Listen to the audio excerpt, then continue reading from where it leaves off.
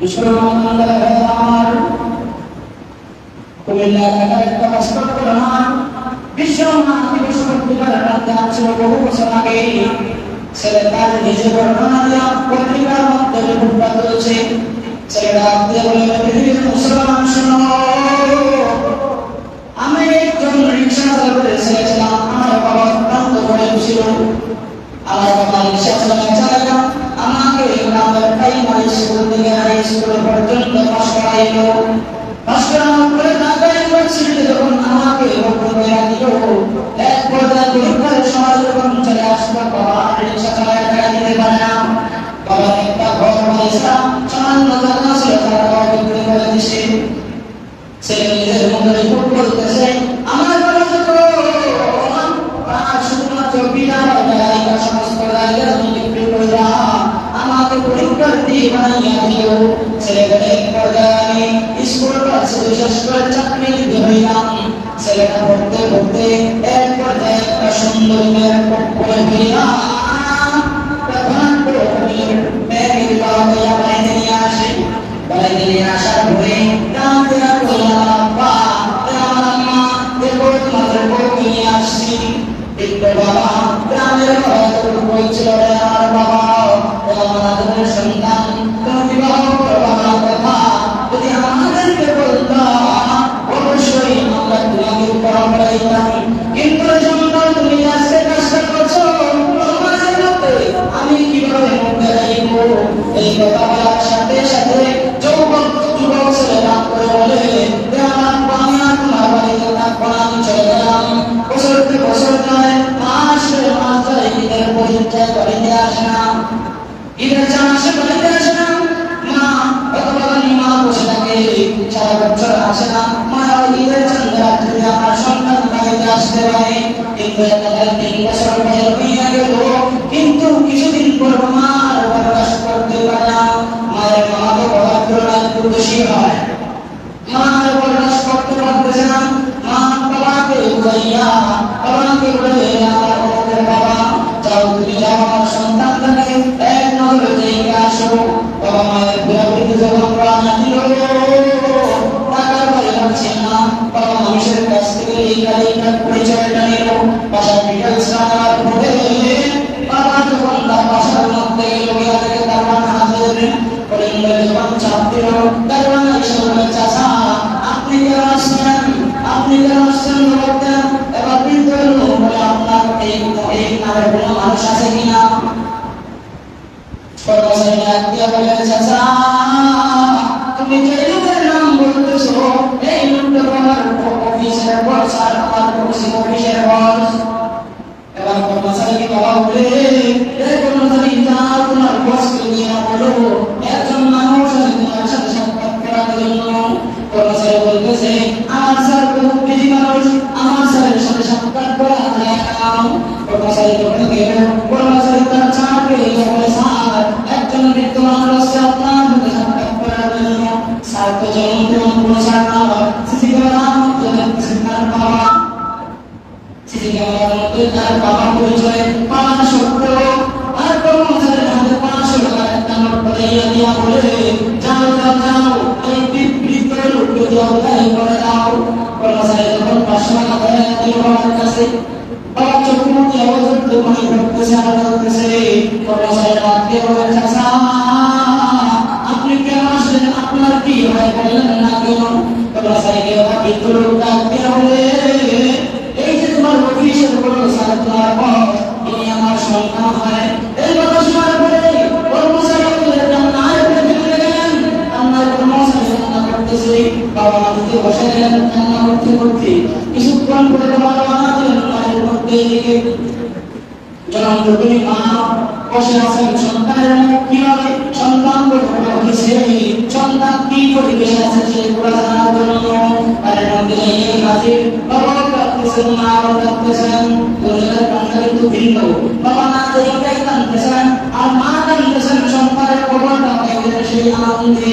তখন মা জিজ্ঞাসা করে, রে আমার সন্তানের বাবা, আমার সন্তানটা আপনি কিভাবে পেয়েছেন, কেমন দেখছেন?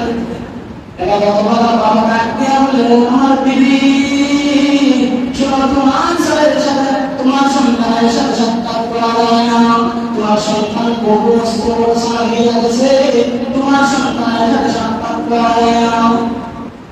করোনাক্রমে একদিন এই ছেলে যাত্রা করে আজাদ মসজিদের মধ্যে পৌঁছান, আজাদ মসজিদে জমা পড়ার জন্য গেল।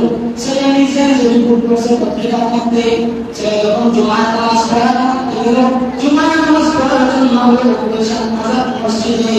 এবং যাত্রা করে হযরত আল্লামা শেখ মাহমুদুল হাসান রাহমাতুল্লাহ জুমার নামাজ পড়ান।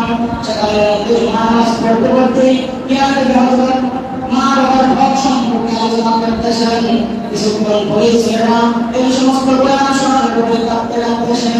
নামাজ পড়ার কান্নার অবস্থায় আল্লাহ কোরআন নামাকে হেদায়েত করা যায় না, মসজিদের ইমামের বয়ান হেদায়েত করা যায়, কিন্তু 50-এর টাকার বক্তা ইমাম হেদায়েত পাওয়া যায় না।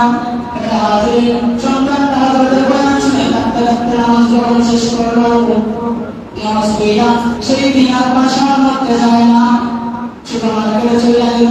বাবার জন্য কাপড়, মায়ের জন্য টাকা কিনে আনো, মাস ছিল বন্ধুদের কিছু ইফতার সামগ্রী কিনে টাকা দিয়ে বানা দিল। আমার টাকা থেকে বানাতে দেরি আসতে তখন তার সময় 2 লাখ দেরি পার হইতে হইত, কিন্তু সেই গেটের জামানের মধ্যে পড়া ইফতারের টাইম পার হয়ে গেল। এই দিকে ইফতারের পরামর্শ হয়ে যাইতেছে। সন্তানের পর্যায়ে কুমিল্লার মধ্যে আসছে, কুমিল্লার মধ্যে আসতে আসতে তখন তারাবির নামাজ শেষ, মানুষগুলো নামাজ পড়ে পড়ে ঘুমিয়ে গেছে। কিছু সংখ্যক রিক্সাওয়ালা রাস্তার মধ্যে আছে, রিক্সাওয়ালা এসে বলে, রে চাচা আমি অমুক গ্রামে যাইতে চাই, আপনি কি যাইবেন নি? এক বৃদ্ধ লোক বলে, না আমি যাইতে পারি না, সারাদিন লোকে হাইকা ইফতার করে তাকে বোঝানো ভালো লাগে না, তবে আমি তোমাকে একটা সিদ্ধান্ত দিতে পারি, একটা ব্যক্তির ঠিকানা দিতে পারি, যে লোকটা তোমাকে নিয়ে যেতে পারে। কারণ বাবা আমি দেখছি এই বৃদ্ধ মানুষটা যত রাত্রি হোক না কেন, শীতের রাত্রির মধ্যে ঠিক জানে।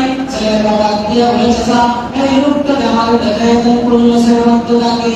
বৃদ্ধ লোক বলে, আমার সন্তান শোনো, তোমার এমন এক বৃদ্ধ লোকের কথা তোমাকে বলে দিছি, যে ব্যক্তির একটাই সন্তান ছিল, সন্তান ছাইয়া গেছে, তার টাকার কোনো জায়গা নাই, মেসের মধ্যে থাকতে পারে না, যাই সারাদিন কাম করে তার তিনি অসুস্থ ওষুধ নিয়ে যায়। ছেলেটা এবার তার ঠিকানা অনুযায়ী গেছে, একজন বৃদ্ধ মানুষ মাফরা দিয়ে শুয়ে আছে, তার দিকে বৃদ্ধ লোকটা দাঁড়ায় গেছে। তখন তার শোনার সাথে সাথে বৃদ্ধ লোক বুঝে গেছে আমার সঙ্গে কাম ছাড়া কিছুই না, কারণ মা বাবা আমার কণ্ঠের ভিতরে সন্তানের কণ্ঠটা কেমন যেন তাদের স্মরণ থাকে। যুবক ডাকতে বলতেছে, চাচা মক্কামে যাইবেন নি? বৃদ্ধ লোক ডাকতে বলতেছে, যাইব। ছেলেটা বলে, আমার তো বলিতে হবে। এবার বাবা ডাকতে বলে, সন্তান আমার বহুদিন বাদ আল্লাহ সাহায্য করে তো বাদ আল্লাহ কাছে না তোমার কাছ থেকে পাড়াই নিব না। সন্তান বলে করতেছে, আমার চাচারা আমি তোমাকে আজকে দ্বিগুণ বাদ আপনি আমাকে নিয়ে যান। এবার রিক্সার মধ্যে উঠলো, কিন্তু দরজার পরিচয় এখনো হয় নাই। বাবা রিক্সা চালাইছে, বৃদ্ধ মানুষ, ছেলেটার পিছনে বসা। এক পর্যায়ে যখন রাস্তাটা উঁচা হয়েছে, বৃদ্ধ লোক রাস্তাটা উঠতে পারে নাই।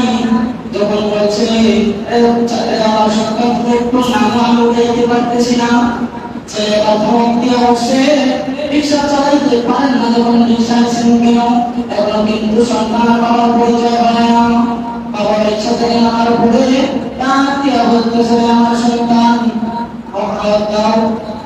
সঠিক কথা, ধমকিয়ে সঠিক কথা, 8টা পর্যন্ত এই কথা বলার সাথে সাথে চাচা বলতেছে, সন্তান তুমি কোথায় যাইবে, গ্রামে তোমার কি আছে? সন্তান বলতেছে, গ্রামের বাড়িতে আমার একটা জনন্ত আমার বাবা আছে। এই কথা বলার সাথে সাথে বাবা তার মুখ থেকে মাত্রাটা যখন শোনাইছে, শোনানোর সাথে সাথে সন্তান থেকে এই সন্তান তিনি বাবা বাবা দেখার সাথে সাথে পায়ের মধ্যে বাড়াইয়া পড়ছে। বাবা তো বাবাই হন, বাবা ডাক দিয়ে তুলে উঠাইয়া করে, সন্তান তোমার জায়গায় আমার পায়েরা বুকে আসো, বুকে আসো। বুকের মধ্যে নিয়া 1 মিনিটে মা এবং বাবা তার সারা জীবনের কষ্ট হইয়া সন্তানকে কিন্তু মাফ করে দিয়েছেন। মুসলমান আমার মা বাবার সাথে যতই অন্যায় করেন না কেন, মা বাবার সাথে যতই অত্যাচার করেন না কেন, মা বাবা আপনার কাছ থেকে কিছু কিছু চায় না। মা বাবাকে খুশি করতে হইলে অল্প কিছু তারাই খুশি করা যায়। মা বাবা আপনার কাছে সম্পত্তি চায় না, মা বাবা শুধুমাত্র চায় তাদেরকে মুখ করে একটা ডাক দিয়ে আম্মা বলে, আম্মা বলে যখন মুখ করে ডাক দেওয়া হয় সাথে সাথে মা এবং বাবা সারা জীবনের কষ্ট ভুলে গিয়া ছেলে এবং মেয়ের সন্তানকে তার উপরে বুকে নিয়ে আনে। কথা বলেন ঠিক কিনা? বাস্তব ঘটনাগুলো আমাদের সমাজে দেখা যায়। একেবারে অবহেলিত বৃদ্ধ অবস্থা মা এবং বাবা হয়ে যায়।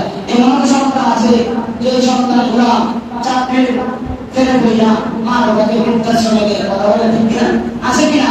সমাজের মধ্যে এমন আছে কিনা মা বাবা বৃদ্ধাশ্রমে থাকে, ছেলেটাকে বাসা নিয়ে ফ্ল্যাট নিয়ে ভাড়া থাকে, কিন্তু মা বাবা এই ফ্ল্যাটের একটা শোয়ার জন্য একটা জায়গা পায় না, মা বাবাকে বৃদ্ধাশ্রমে ভাড়া দেয়। তাই আসলে এই সমস্ত বিষয় থেকে আপনাদের প্রচেষ্টা করার জন্য আল্লাহ রাব্বুল আলামিন বলেন, ওয়া রাব্বুকা আল্লা তা'বুদু ইল্লা ইয়্যাহু ওয়া বিল ওয়ালিদাইনি ইহসানা ইম্মা ইয়াবলুগhanna